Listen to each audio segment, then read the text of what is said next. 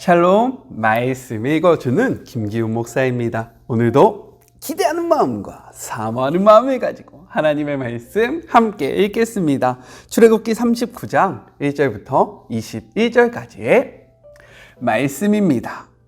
예복, 그들은 청색실과 자주색실과 주홍색실로 성소에서 섬길 때 입는 예복을 짜서 만들었다.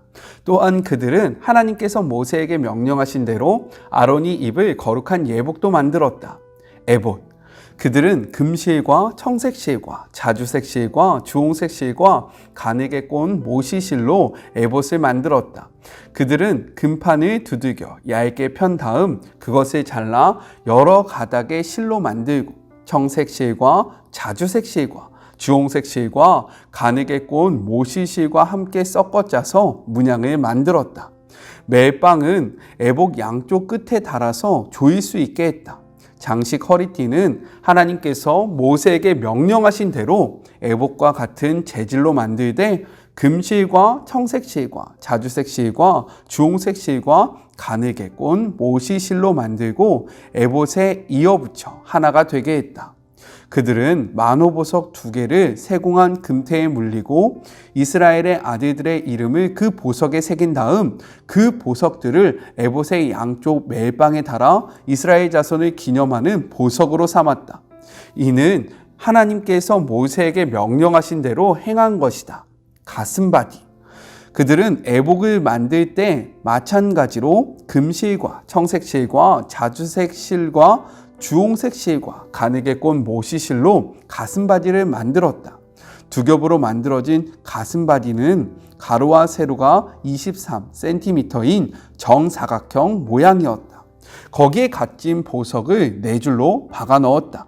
첫째 줄에는 홍옥수와 황옥과 취옥을, 둘째 줄에는 홍옥과 청보석과 수정을, 셋째 줄에는 청옥과 만호와 자수정을, 넷째 줄에는 녹주석과 얼룩 만호와 벽옥을 박아 넣었다.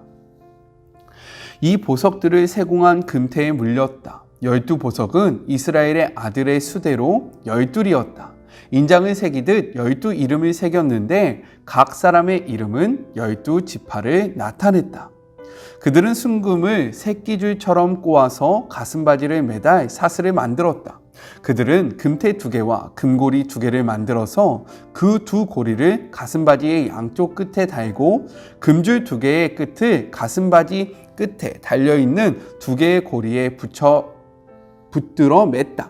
그런 다음 금줄을 2개의 태에 붙잡아 매고 그것들을 에봇 멜빵 앞에 달았다. 또 금고리 2개를 만들어서 가슴바지 양끝 곧 에봇과 만나는 가슴바지 안쪽 가장자리에 달았다. 그런 다음 금고리 2개를 더 만들어서 에봇의 앞 양쪽 두 멜빵 아랫부분 곧 허리 곧 장식 허리띠 위에 이음매 곁에 달았다. 청색줄로 가슴바지 고리와 에봇 고리를 이어 가슴바지를 고정시켜서 가슴바지가 에봇의 장식 허리띠 위에 튼튼하게 붙어 늘어지지 않게 했다. 하나님께서 모세에게 명령하신 대로 행했다. 이것은 하나님의 말씀입니다. 오늘 말씀을 읽는데요. 목사님 이거 우리 전에 한번 나눈 적 있지 않습니까? 라는 생각이 들었다면 말씀을 잘 읽고 있는 겁니다. 왜냐하면 이 말씀은 출애굽기 28장 1절부터 43절까지의 내용과 동일하기 때문입니다. 따라서 오늘의 말씀을 묵상하고 혹시 시간이 있으면 28장의 말씀을 다시 한번 보면요. 더욱더 풍성한 묵상을 할 수 있을 거라 생각되어집니다.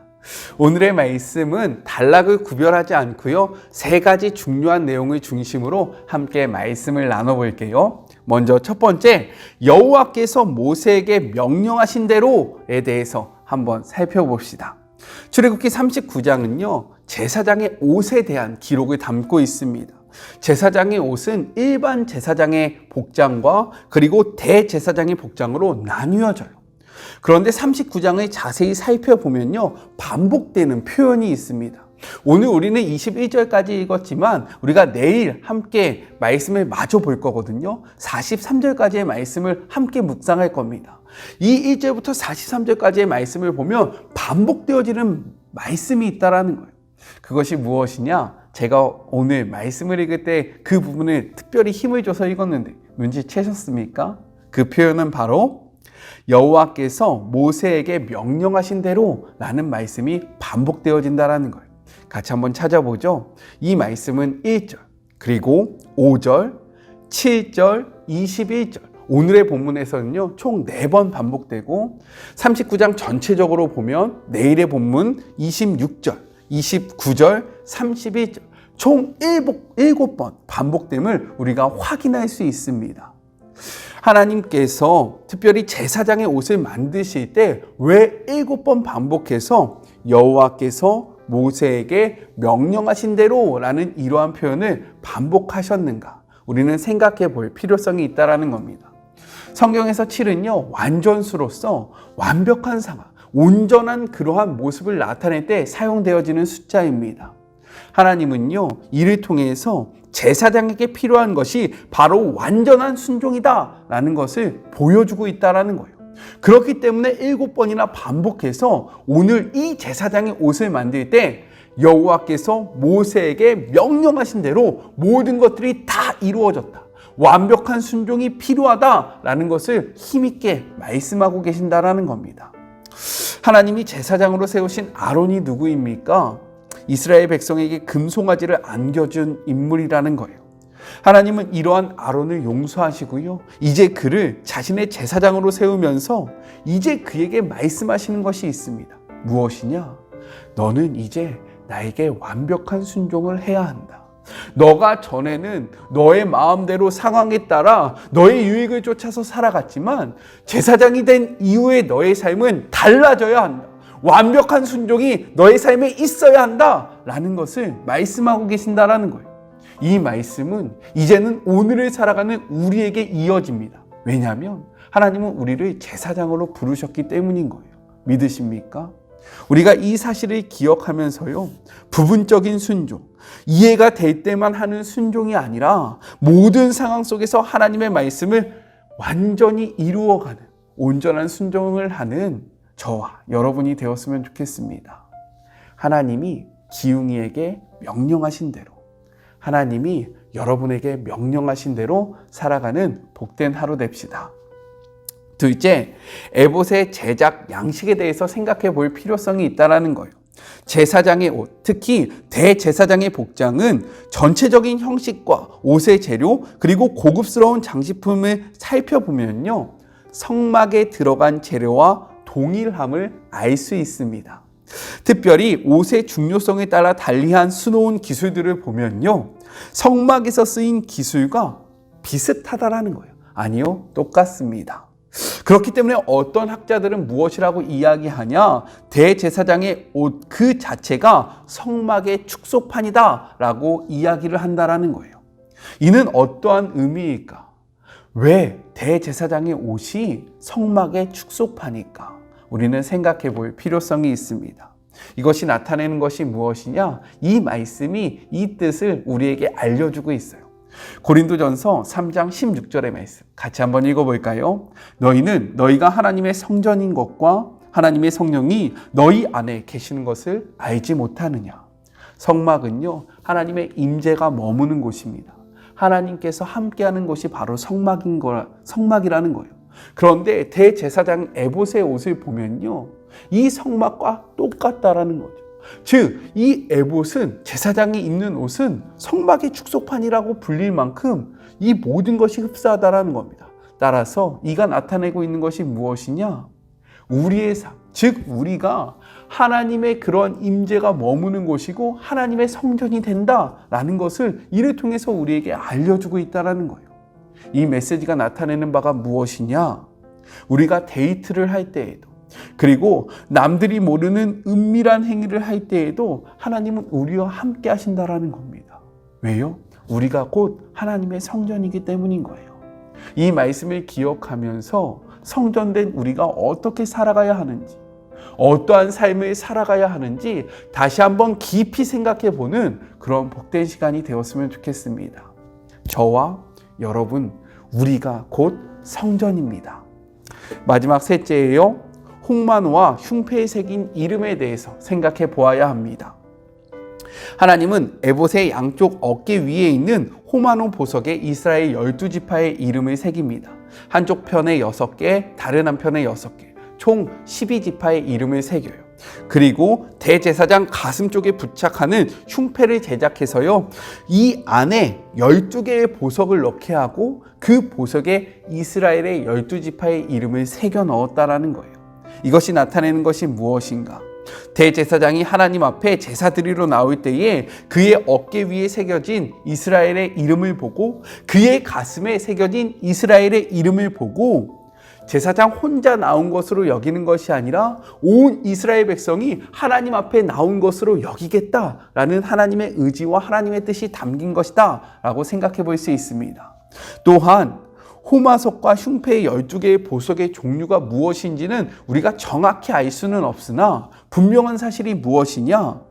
그 당시 가장 귀중한 보석이었다라는 것은 모두가 동의한 그러한 내용입니다. 따라서 이는요, 존귀한 보석에 이스라엘 백성을 새긴 것이 바로 하나님께서 우리를 존귀한 자로 여기시겠다라는 하나님의 그러한 뜻이 담겨 있음을 확인해 볼 수 있다는 거예요. 이 세상의 값진 보석과 같이 우리가 하나님께는 그러한 존재이고, 이 세상의 값진 보석의 아름다움 같이 하나님이 볼 때 우리는요, 그러한 아름다움을 갖고 있는 존재들이다. 하나님 앞에 우리보다 귀한 것은 없다라는 의미가 그 호마노과 그리고 흉패에 새겨진 보석들의 이름을 통해서 확인할 수 있다는 겁니다. 그래서 성경은 이렇게 이야기하고 있어요. 하나님이 세상을 이처럼 사랑하사 독생자를 주셨으니 하나님이 세상을 이처럼 사랑하사, 하나님이 우리를 얼마나 사랑하는지 우리가 다시 한번 확인해 볼 수 있는 그러한 말씀이라는 겁니다. 그런데 세상은 우리를 어떻게 평가합니까? 우리가 갖고 있는 스펙, 그리고 우리가 갖고 있는 지위, 우리가 갖고 있는 부를 통해서요, 야, 저 사람은 괜찮은 사람이야. 야, 저 사람은 볼품없는 사람이야. 야, 저 사람과는 함께 해야 돼. 야, 저 사람은 가까이 하지 말아야 돼. 이렇게 편을 가른다라는 거예요. 우리를 판단합니다. 하지만 하나님 보실 때 우리 모두는요, 이 세상 그 어떤 것과도 바꿀 수 없는, 그 어떠한 것으로도 끊을 수 없는 주님의 사랑이 가득 담긴 존재라는 사실입니다. 세상의 소리, 세상이 판단하는 그 기준에 우리를 맞추지 말고요, 하나님이 우리를 어떻게 바라보고 계시는가, 하나님이 나를 어떻게 평가하시는가를 다시 한번 이 말씀을 통해서 확인하고 우리의 자존감을 회복하는 그런 복된 시간이 되었으면 좋겠습니다. 여러분은요, 누가 뭐라고 할지라도 하나님께서 가장 소중하게 생각하시는 주님의 귀한 자녀입니다. 우리 같이 기도할까요? 하나님 감사합니다. 제사장의 옷을 통해서 우리에게 말씀하여 주심을 감사합니다. 주님, 우리가 이 말씀을 기억하며 살아가게 하여 주시옵소서. 이 말씀을 놓치지 않는 주의 자녀들이 되게 하여 주시옵소서. 이 말씀을 붙잡는 주의 모든 자녀들이 되게 하여 주시옵소서. 우리가 제사장 되었음을 고백하오니 하나님의 말씀 앞에 전적인 순종을 하게 하여 주시옵시고, 주님이 우리의 이름을 기억하고 계시오니 이 사실을 잊지 아니하는 자들이 될 수 있도록 주님 붙잡아 주시옵시고, 하나님, 우리가 하나님 앞에서 온전한 순종으로 나아가는 주의 모든 자녀들 될 수 있도록 주님 축복하여 주시옵소서. 하나님이 우리를 사랑하여 주심에 감사합니다. 또한 우리가 주님의 거룩한 성전임을 고백합니다. 성전된 우리로서 바른 삶, 거룩한 삶을 살기를 원하오니 붙잡아 주시고 함께하여 주시옵소서. 주님을 바라보며 거룩하신 예수님의 이름으로 기도드립니다. 아멘. 전적인 순종, 그리고 우리가 하나님의 성전이라는 사실을 잊지 마시고요, 하나님이 우리를 얼마나 사랑하시고 아끼시는지를 다시 한번 확인하시는 그런 복된 하루가 되었으면 좋겠습니다. 저는요, 또 내일 만나도록 할게요. 사랑하고 주님의 이름으로 축복하면서 오늘 하루도 힘내세요. 우리 내일 만나요. 안녕. 오늘도 수고하셨습니다.